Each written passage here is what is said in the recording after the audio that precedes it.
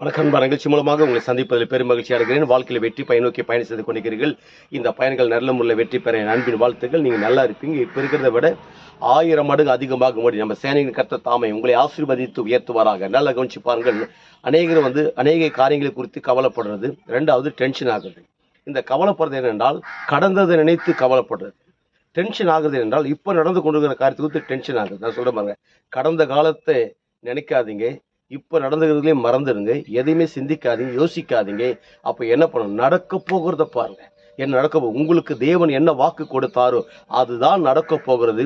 கடந்த காலத்தில் உங்களுக்கு நடந்த தோல்விகள், பிரச்சனைகள், பிராபலங்கள், லைவா இப்போ நடந்து கொண்டிருக்கிற பிராபலங்கள், பிரச்சனைகளை எதுவுமே உங்களுக்கு சேதப்படுத்த முடியாது. ஆனால் உங்களுக்கு டேமேஜ் ஆன மாதிரி தான் தெரியும், சேதமான மாதிரி தான் தெரியும். ஆனால் உங்களை சேதப்படுத்த முடியாது. உங்களுக்கு நடக்க போகிறது என்ன என்றால், கடவுள் இந்த உலகத்தில் உங்களை பிறக்க வைத்து அழகாக ஆணாக பிறக்க வைத்தால் பெண்ணாக பிறந்திருக்கிறீங்க. உங்களை குறித்து ஒரு வரைபடத்தோடு ஒரு திட்டத்தோடு உங்களை ஆண்டவர் இந்த உலகத்தில் பிறக்க வைத்ததுனாலதான் தன்னுடைய மீட்பாகிய ரத்தத்தையே சிந்தி உங்களை என்னை மீட்டெடுத்துக்கிறார். அந்த ரத்தத்தை சிந்தி மீட்டெடுத்தவர் நாளைக்கு உங்களுக்கு உண்டான பெரிய பெரிய திட்டங்களை வைத்திருக்கிறார், வரைபடத்தை வைத்திருக்கிறார்.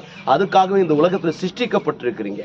அதனால நாளை தினத்தில் உங்களுக்கு நடக்க போகிறது என்ன என்றால், தீங்கு கிடையாது, வேதனை கிடையாது, சஞ்சலம் கிடையாது. உங்களுக்கு என்று வைக்கப்பட்டிருக்கிற அந்த வாக்கு தத்துவம் தான் நிறைவேறும். உங்களை கீழாக்காமல் மேலாக்குவேன், வாளாக்காமல் தலையாக்குவேன் சொன்ன தேவன் எல்லா இடத்திலும் எங்களை அறுப்பீங்க, உயர்ந்திருப்பீங்க, சிறந்திருப்பீங்க. இன்னைக்கு இருக்கிற சூழ்நிலை கண்டு ஒருபோதும் பலவீனப்படாதீங்க.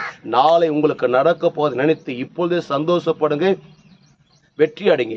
அப்படி நாளை தினத்து கொடுத்து நடப்பதை குறித்து சந்தோஷப்பட என்ன பண்ணும்? கடவுளை சார்ந்து கொள்வது மாத்திரமல்ல, கடவுள் சொன்ன வார்த்தையை முழுமையாக நம்பி விசுவாசிங்க. அதன் பிறகு என்னங்க நாளை உங்களுக்கு நடக்கும் பாருங்க. என்ன நடக்கும்? ஒட்டுமொத்த உலக நாடுகளுக்கு நாம் ஆண்ட இயேசு கிறிஸ்து உங்களை கடன் கொடுக்கும்படியாக, எல்லாருக்கும் கொடுக்கும்படியாக வைக்கிறார். நீங்கள் வற்றாத நீரூற்றை போல் இருப்பாய் என்று சொல்லி உங்களிருந்து விடைபெறுகிறேன். உங்க நண்பன் ரவி பெரியபாளையம்.